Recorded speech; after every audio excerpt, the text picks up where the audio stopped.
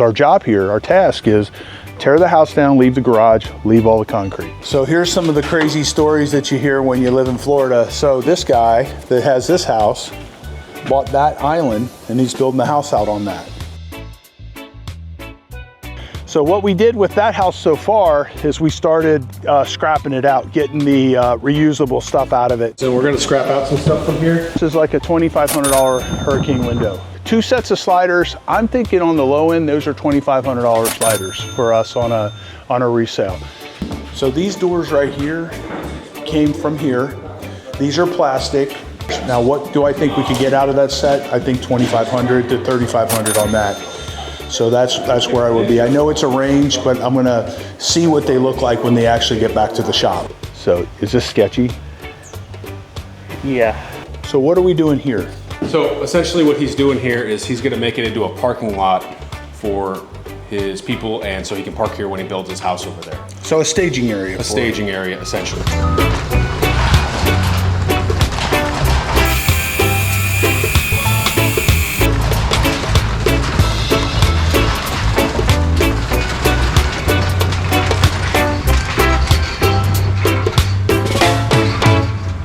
Okay, as an owner of a demo company, this is sketchy. This is something that's kind of scary. This could cost us a lot of money if we screw it up, okay? So the contractor, the owner's next door right now, he's actually doing some painting, and he wants us to take this house down and leave that garage, okay?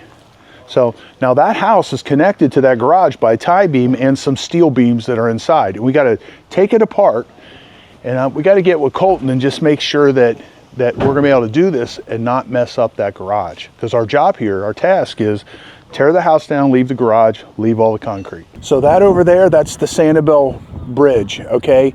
This is Fort Myers Beach back over here. And this is a little peninsula that's coming off before you get to Fort Myers Beach off of San Carlos Island.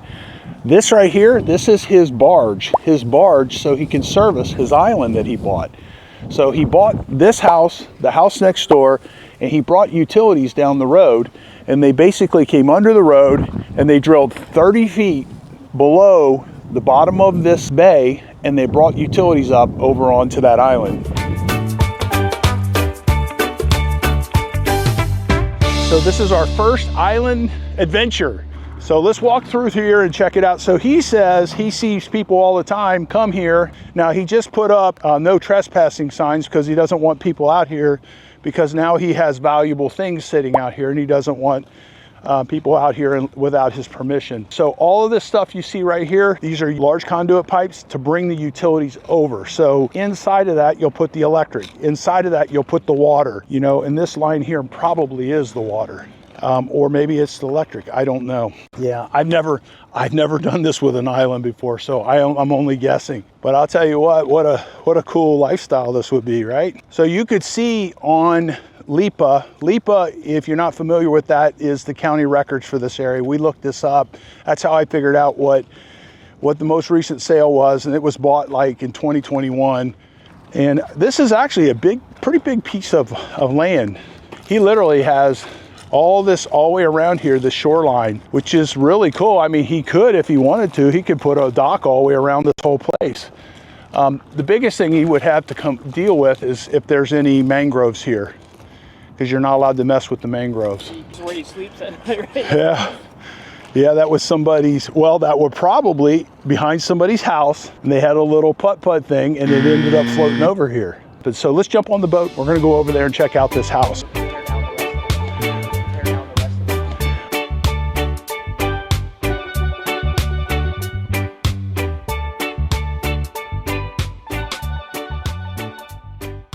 All right, well, that was easy. So what are we doing here, Talon? Which part? Okay, well, where do you want to start? Rundown? Well, since we're in our slower season, we're gonna scrap out some stuff from here. Okay. Like the sliders. There's a hurricane slider over there. This is a hurricane slider. And then I think there's some new windows downstairs. A couple other things, thermostats, other small stuff that we can resalvage, repurpose, whatever you call it. Okay, and then he's doing something kind of unusual with this one, right? So essentially what he's doing here is he's gonna make it into a parking lot for his people, and so he can park here when he builds his house over there. So a staging area. A staging area, essentially. It's amazing. I love what you're doing, though. I think it's just cool as it is all get out. It's funny, like one of the first phone calls I made was FPL. Will you run power?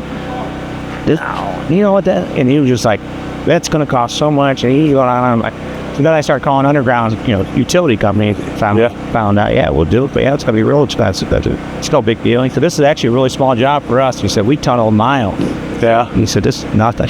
So is that Jensen that did it? No, it was American Born Entrenching. So they did the casing. So there's 5 4-inch casings that go from the top of an island. Accuracy of horizontal directional drilling is achieved through careful planning, well-trained navigators, guidance software, proper setup, and advanced steering tools. A skilled driller can direct the course of the drill bit along a pre-planned path over great distances. And then Jensen Underground pulled the sewer and water lines through those cases, and then they connected the sewer and water out here. So the sewer and water won't be gravity fed, it'll be pump fed. Yeah. Pump fed. Yeah. So they set a lift station on the island. The lift station raw sewage goes in that, and then it grinds it up, and then as it floats up, it gets pumped, it pumps it back, and it shoots it out to that manhole that we're on the street. So it's like a built-in macerator inside of it? Yeah, it's got big pumps. It's worth it, though. I mean, that's a big island, too. It's way bigger than it looks like from here. But this is one hell of a location. Yeah, and this is, and we kind of need it. I mean, this is when all our building materials are going to store right here in the slab, and then we're going to be barge all of that, and then so then what I've done, if I want, I can just do utility easement, and I could always sell this someday. That I can sell without actually moving islands. I mean, how many places do you have this kind of water? It's so rare. If this was Miami, this would be 10 million, and that'd be 11 million. That was smart, really smart. Yeah, you know what? You couldn't find. Everybody's so busy, you can't find barge companies. They just, you get somebody in the underground utilities ready to do something, all of a sudden they break a line, something, they're back another day. They don't, a barge sitting here, they'll charge you per day if you use it or not use it. I mean, it's just the way it works. Yeah. So that's already paid for itself. Barges are fairly cheap, actually. What did the city say about you doing this? Tried to do it myself, and I had to hire a Studio A&D to actually draw it up. They actually look at this as a new build almost. Really? We had to go by the 50-50 rule even, so they wanted to make sure it wasn't over 50% of the value of the house, which of course it's not, and to keep the garage. Because when I filled out a permit for what's called a select demo, and they come back and you know what a select demo is? That's when you rip out your kitchen cabinets to put new ones in. That's a select demo. They said not fixed, and so they said this is structurally totally different.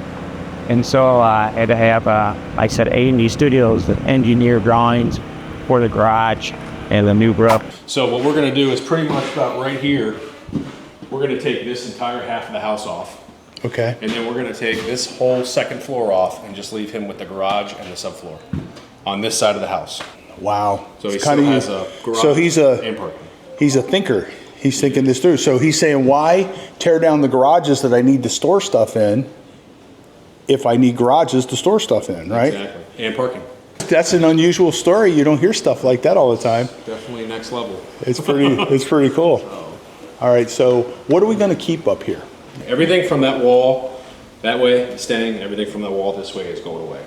Okay. So he's going to walk them through. We need to strip the drywall so we can see the wall where it meets with the subfloor so we can disconnect it. And then also we're going to open up down underneath so we can cut the subfloor here and separate this portion of the house from the rest of it. Okay. When you called me and told me about this, you were kind of excited about it. What excites you about it? Is it the island or the way that we got to tear this house up? It's just different. It's not something you see every day. You know what I mean? You're literally taking out half of the house and you're destroying it completely. So how are we going to deal with the roof structure on this side of the house? Are we going to do it with the machine, or are we going to? We're going to do it with the machine. So there's going to be a lot of finesse in this, a lot of very close demo, hands-on stuff. We'll be doing a combination of our finesse demo and building demo at the same time. Yeah. And build a whole structure building demos. Explain what we're doing from out here. Okay, so from out here, there's pretty much this little wall that bumps out right here, okay? Okay. Everything from this wall this way is going away. Okay. All right, except for the slab. And then everything from this wall that's from the second floor up is going away. Okay. So pretty much this L shape is going away, and this garage is staying, and that's it. Okay, and the way we're gonna do that is we're gonna disconnect all the walls from the subfloor, Yep. use the machine to pull this stuff apart and to pull it off. Meanwhile, we're gonna have to be here and very gently finesse it because sometimes the screw didn't get pulled out or whatever, so we don't pull it all apart. Exactly. Because the machine can easily just accidentally Pull that whole floor right off the board, right off. Yeah. Well, thank you, Talon. Yep, Appreciate it. No problem. We'll see you gotta later. work. All right. So he's off to price some more stuff. He goes around and bids everything out. And let's go talk to these guys. Hey guys, what do you think about this job? What do you think? Is it crazy? Yeah. Is this the first time you like cut cut a house in half and Say the other half? then like slice it off at the top? Oh, yeah. So what do you guys think? You think these windows are gonna be hard to get out? Yep. If it's like the first slider over there, yeah. It's gonna take What's making it so hard? Turn around. Oh, it's the screws at the bottom. They didn't screw them in from the head up. They screwed it from the head down. I mean, they went up with the head instead of down with it. Really? So they Yeah. screwed in from underneath, so you can't get to the screws. So now you got to cut around and get to the screws. Oh, that's exciting.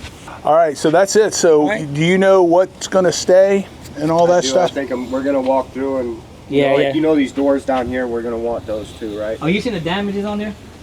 Yeah, let's go check all this stuff out. Oh, they're nice, but I think one of them's cracked. From in here, you can see it way better from in here. Yeah, now I can see it now. What a shame. These are high quality, expensive doors. Yep, something big and heavy floated into that. Look at all them 2x4s. Yeah, this is a really low area, so this would flood. Okay, you guys can take that one out. That one's good. This probably is okay to sell too. No, it's not. It's wood. So while we're standing here, George, we want to strip this drywall about 18 inches to 2 feet over this way and expose it all the way to that exterior wall, and then all the way, carry it through all the way to that exterior wall. So we have to see how we're going to separate those. We're going to have to cut those joists eventually, and we want to see what we're looking at first. You got it. 18 inches? Yeah, 2 feet, something like that. Just think you're up there with the Sawzall. At one point, you're going to be up there cutting it, so leave yourself enough room to operate the saw. No, you got it. Hey, he wants us to take that window there. The one right there in the middle, sticking out more. That's laying up. Go grab it to help your memory. This staircase, if it's not crazy heavy, bring that back. We can sell it. And then underneath it, these windows, We're not broken, right? well, we won't know until you get them undone. All right, ready? All right, let's see how we did. All right, dude. I think we're looking out on this. All right, go ahead and take it outside. Then we're not breaking it. Well, that's winner, chicken dinner. So we thought that was two. It's just one really long one. You know where we could use that is that new Airbnb we just got. Put that up there on the balcony area. So there's really not a lot here, okay? So we got 2 hurricane windows, or 2 hurricane sliders. That one's too old. That one we could get the aluminum off of, but it's not enough aluminum really to mess with. We're gonna take the staircase here. I'm gonna see what's involved, but we're probably gonna grab that other staircase as well. So like this here, I think we could get probably 500 bucks for this, okay? It's just one landing of a staircase, but it's super, super heavy duty. This would be something, this is like a $2,500 hurricane window. So what would we ask for this? I'd say probably $1,000 for it. So $1,000 for a hurricane window. It's going to be, you know, it's a PGT, so it's super high quality. They got a great reputation. You can see that they're so tough, you can walk on them and stuff and it doesn't even break them. So then over here, we got this slider here. So 2 sets of sliders. I'm thinking on the low end, those are $2,500 sliders for us on a resale. Whether they're $2,500 or $3,500 depends on what condition they are when they actually get back to the shop. Okay, now what else is in here? There's going to be some scrap metal in here. Not a lot, but there's going to be some. This right here is a copper line. These right here are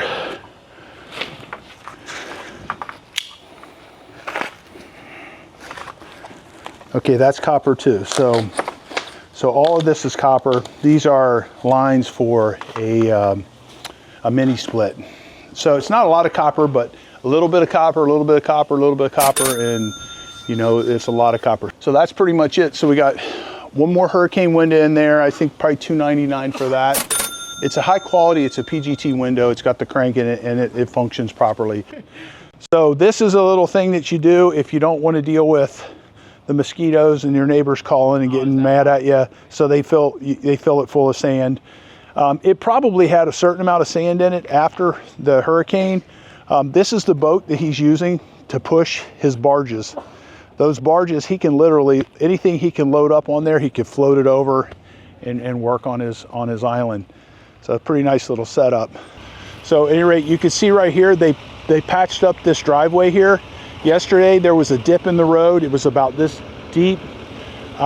You went down in it. So that's part of him putting in the utilities for this. He had to come across and tie into the utilities back there where the blacktop is. He tied in there, he brought the utilities down here, and he's probably gone down the other side. And that's where the utilities are starting from, going across here and over there.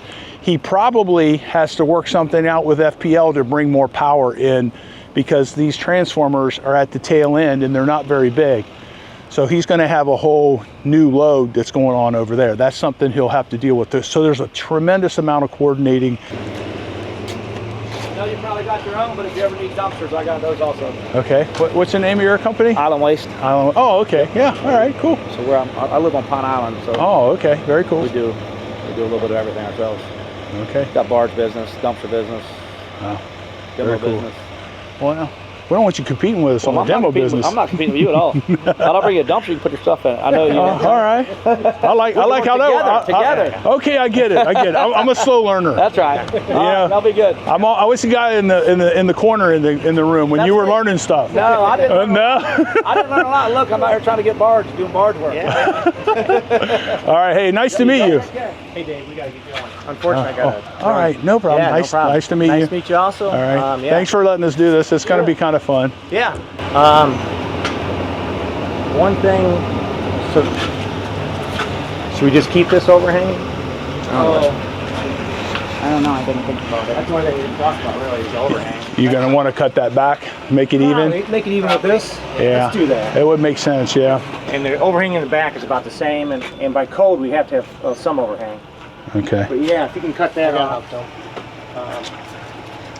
that'd be great. All right. Cool. I'll let Taylor know. On the back too, then. No. You're just going to keep this to be your garage for over there. Yeah. Yep. Exactly. Yeah. So yeah, when we come and go, yeah, we're gonna have our vehicles here, so we can come across, get in our car and go. And That's when awesome. people come and see us, we got all kinds of parking. We're gonna keep the concrete, all the slabs stay. Mm-hmm. And that's going to help us when we do construction. So all the construction guys, right now, so we ran water. So this water line is on the island now. Did you run it right through here, or did you go all the way around? No, there's big pipes buried underneath. Okay. So they ran out and popped up. So that. Oh, so they buried, yep. they did it underneath. Right back there, and they brought this machine in. We got 5 4-inch conduits. I seen them over there. Yeah. And so the sewer's the only thing hooked up right now. Water's next. So when they drop that stuff in there, are they tunneling underneath, or is it laying on the flat? They tunnel underneath. It's got to be 30 feet below the bottom of the seafloor. No kidding. Yeah.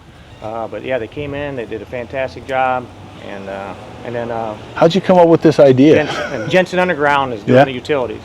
Now, as far as city goes, how much trouble did they give you for this type of thing? We're like, are you crazy? I tell you, it took a long time. We had to go through Army Corps engineer for the boring, and then we had to go through Lee County, state of Florida. So yeah, the permits we're paying. Yeah. Anything you're touching water. Really? But we got it. So you got a couple years into it then? Got about a year and a half, 2 years. Yeah. Since, So you've been living here the whole time, or I've been here since 2017. Oh, I see. And then the island we bought in 2021. How long did you have your eye on as soon as you As soon as you I saw, you're bought like, the I house. want that. Yeah, private guy owned it. We talked for about 3 years and didn't get together, and then he listed with a realtor, and then a sale fell through, and then we ended up getting it. Very cool. So yeah, so we're excited. We're gonna have a nice house over there someday. A couple years, 2.5 years. The original. Yeah, I'm like, I know that guy. yeah, exactly. Yeah. So it'll be fun. I love it. That's awesome. It's very nice meeting you. Nice meeting you. Nice Take to meet you care. guys.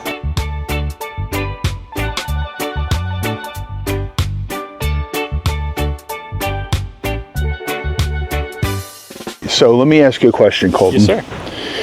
So what do you think about this? So what are we doing here? What's the job? So we're trying to leave the garage, take off the second story, leave the subfloor, because that's going to be part of the roof for the garage, and then separate the primary block structure which connects to the garage for the rest of the house. So is this sketchy?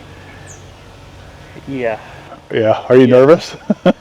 I mean, what's your we just confidence have to go level? slow. I mean, we just have to go slow. You Yeah. know, I think if you grab that with a thumb, it's just going to break everything free, and you can just twist it a little bit. And actually, if we pull the subfloor apart a little bit, they can put it right back together. Yeah. Yes, sir. Yes. So, and then once you get that way, the rest of the stuff's going to come off really easy. Yes, sir. And then somebody's going to have to come back in with a crowbar and a hammer and knock it all loose. Yes, sir.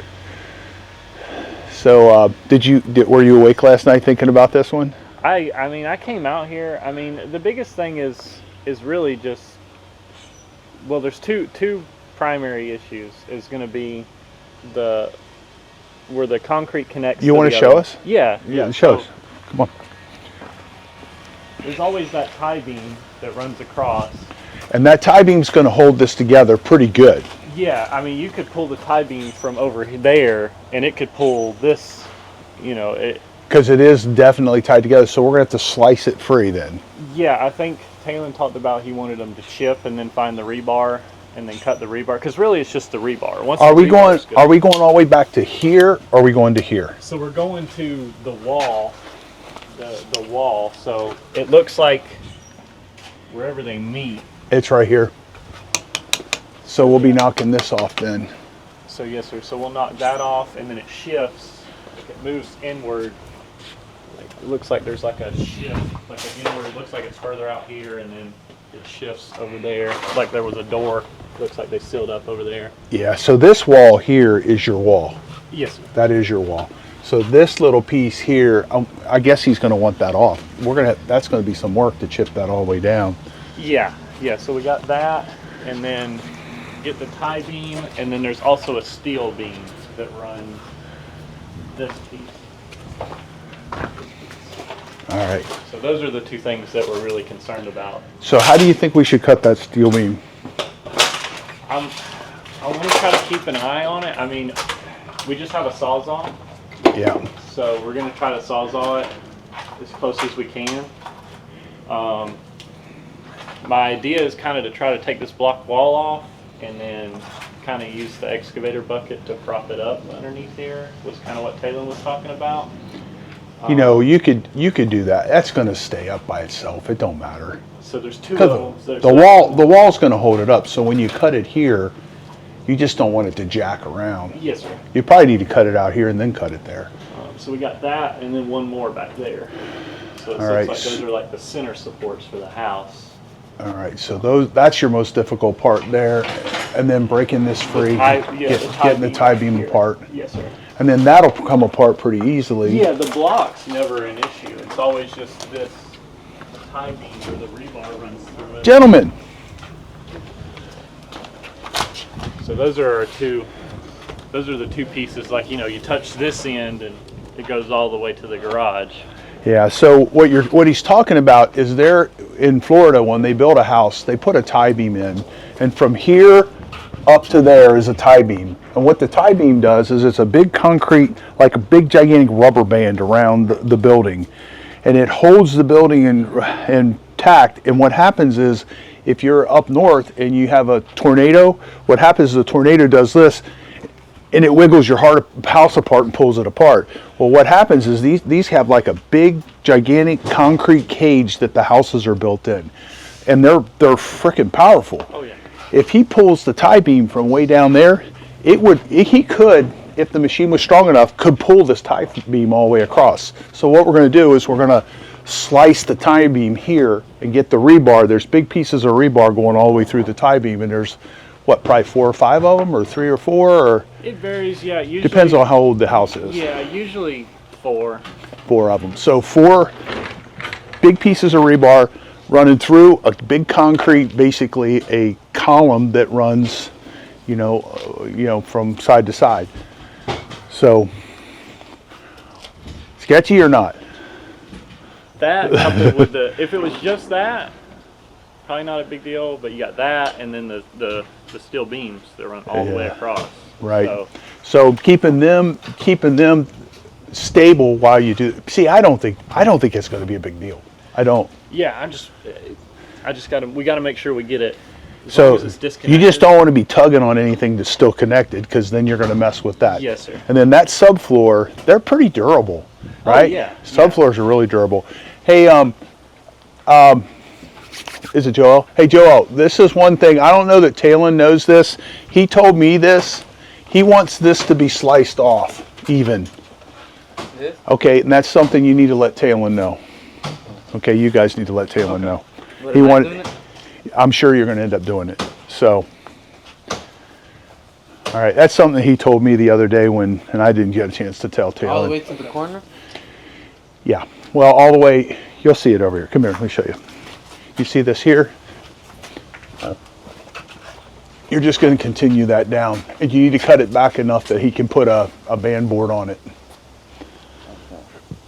So it'll need to match this. Okay. Yeah, just so you'll cut it like right here. Yeah. So we can put that 2x6. You can put it right back on there. What your job's going to be today here in this is kind of sketchy, because what could happen is if he pulled this house from over there with the tie beam hooked up, it would pull this garage apart. What you're doing is you're leaving this garage in place. Okay? So from the subfloor down, you're leaving it. So you're cutting this away. You're disconnecting this for him from the building, and then inside of here, you see that beam? Yeah. You're going to cut that. Cut it? Yeah, you're going to cut it with a Sawzall. Okay. Now I did this gigantic scrap metal job up in North Carolina, and we cut up semis. And the semis have frames on them. They're not the same configuration, but they're big and thick like that. And we used torches, we used chop saws, we used all this different stuff, and we found that Sawzalls were the best thing to cut them with. Yeah, I cut them with Sawzall before. So what you're going to have to do is you're going to have to cut that free, but you're going to have to support this while you do it. Okay? That end of it's going to be fine, but you're going to have to support this thing while you're doing it. Now, how you're going to support it, Colton will help you figure that out. What I think you should do is just take 2 4x4s and just put them in there and keep it from binding up and cut it. So, big venture as a general contractor, I'm telling you, this is the biggest pain in the butt for him. I bet he has had nothing but red tape. So he's a very determined guy. For somebody to take something like this on and get it underway as fast as he has is truly impressive. That's pretty much it. So really cool situation, really cool thing, a little sketchy, a little scary for a demo guy, owner, not actually doing the work. I think these guys can handle it with no problem. As a general contractor, am I scared? I'm not doing it myself, but yes, a little bit, but not terribly, okay? All right, here we go. It's demo day. There's your first bite. So here we are, we're tearing down 3/4 of this house.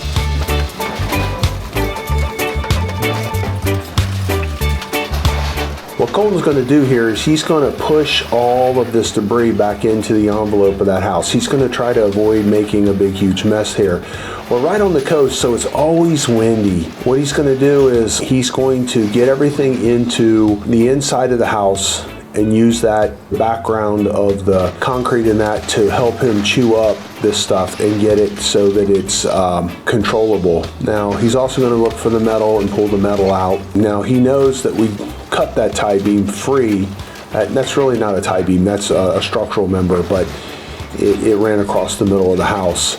So the tie beam actually goes around the house in the concrete. It's concrete and has rebar in it. This is us with our drone, kind of showing how we pack these dumpsters to try to get as much stuff in them, but yet not overfill them. Got a little bit of mixture of materials going on right here. There's not that much concrete on this house, so a lot of this is just going to get mixed. This is a 323 Caterpillar excavator. This one's actually a 2018 model. That's our a 40-yard dumpster.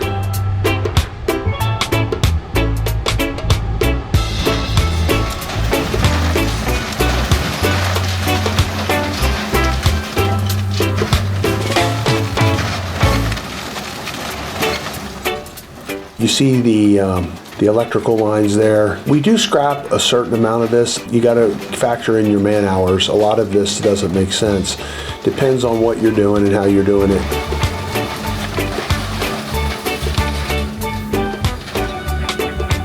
Now, what he's doing right now is he's crunching up the roof here. He's trying to get it into a small enough chunk so that it'll fit inside the dumpster. And when he gets it in the dumpster, he'll kind of jam it down. Again, he's putting the metal off to the side, and we'll take that metal back to our shop, and or we'll make a separate load of metal. I don't think there's going to be enough metal on this one to make a separate load. So we'll end up back at the shop, and we'll put it into our 30-yard dumpster that we take our ferrous metal to the metal yard. So this house, like that door right there, we looked at that door. The door was messed up from the hurricane. It was corroded really bad, so we didn't mess with taking that out. This one, there were a couple of windows, a couple of doors that we were able to salvage out of this one. There was a lot. It was already kind of picked over a little bit.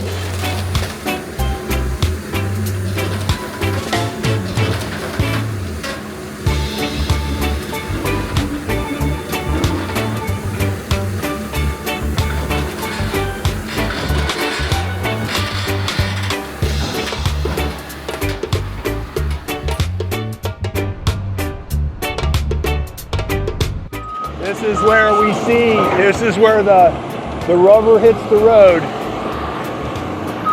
So if you do this every day, it's still a little sketchy. So you just go take a little bite at a time, and here we go. So you got to be very mindful, because something like that could come free.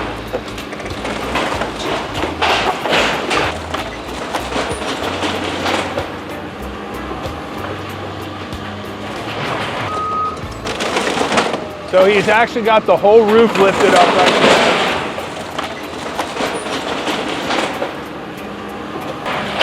there. So what he's doing is he's pulling on the roof, but he's watching that subfloor to make sure that subfloor is not tweaking.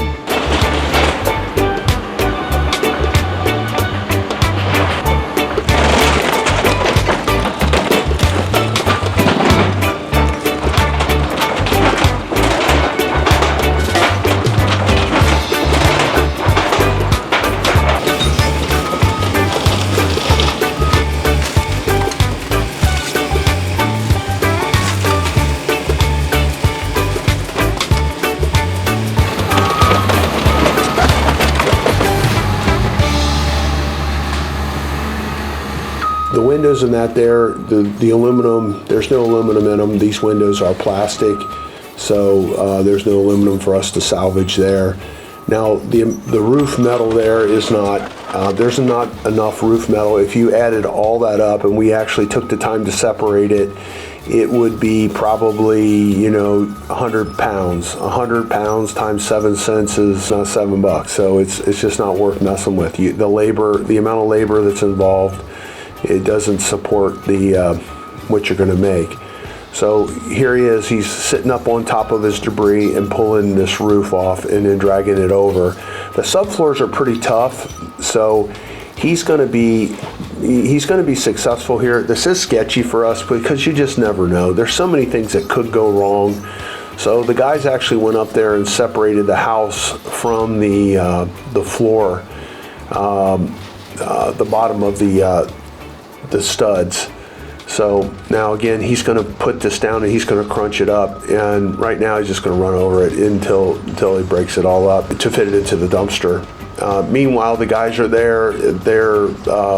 What they did is they're covering up the windows in the rest of the garage. They're covering up the doorways and stuff to secure it for this guy. That was part of our job. And then Colton here, he's been operating since he was a child. His grandpa put him on an excavator when he was very, very young. So he just really loves this, and he's really good at it. He's been doing it for a long time. So we pretty much use Colton whenever we have something like this that we need to do, something that's kind of where you got to be very, very careful. And meanwhile, one little false move or one little twitch in the wrong way, and that machine would go right through that subfloor. So he's got to be very, very careful. So now he's sitting behind the house up on the pavers, and he's pulling around because, you know, the machine can't reach all the way over. Meanwhile, he's got to pull everything away because that could very well just fall the other direction and take out that fence or hit the next door neighbor house, which that next door neighbor's house is his house. So he owns that house, this house, and that island. So kind of a cool thing. That's something you see in most parts of the United States. And, you know, honestly, he's got a boat in his backyard that if he went from port to port to port, he could take it anywhere in the world. Although he couldn't get it across the ocean. Well, I don't want to say that, because if he went from island to island to island, he could go all the way over to Africa. So, so literally from here, you could go most just about anywhere in the world. You know, this water is the Gulf of Mexico or the Gulf of America, whichever way you want to look at it. And, you know, and you could go anywhere you want in the world. So if this property was over in Boca Raton, or if it was in Fort Lauderdale, the same water, the same kind of water would be 10 times more expensive than it is here. You know, it would be $5 to $10 million instead of, you know, a $2 million or $1 million property. So as time goes on, more and more people start discovering our beautiful little area. More and more people are going to be moving over this way. There's going to be a lot of new and fancy development going on Fort Myers Beach. Fort Myers Beach got whacked pretty hard by this Hurricane Ian. Hurricane Ian is also what damaged this house and created the problem. Also Hurricane Milton and Hurricane Helene and Hurricane Debbie and Hurricane Idalia. This is a really low area. So there was flooding going on in almost all of those different storms. So if your house is elevated, you know, the storm comes and it goes, you know, 1% of the time you've got to deal with this. And if you set up for it, then it's not that big a deal. But if you're not set up for it, well, now it's a big pain in the butt every time a storm comes in. So we had to get the dumpster emptied that had asphalt in it. We had to get that emptied out and moved so that Colton could sit in the driveway and reach everything and finish this demo up. So pretty much that's where we're at. So the guys are up there on top having a conversation about, you know, the game plan and what else needs to be taken apart.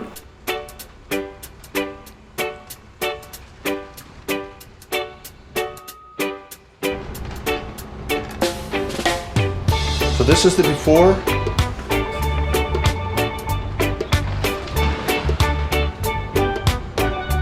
And this is after.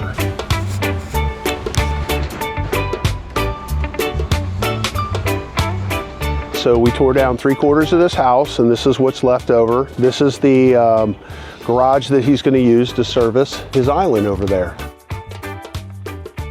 This is going to be his parking, and where he's going to marshal all his materials to build his house.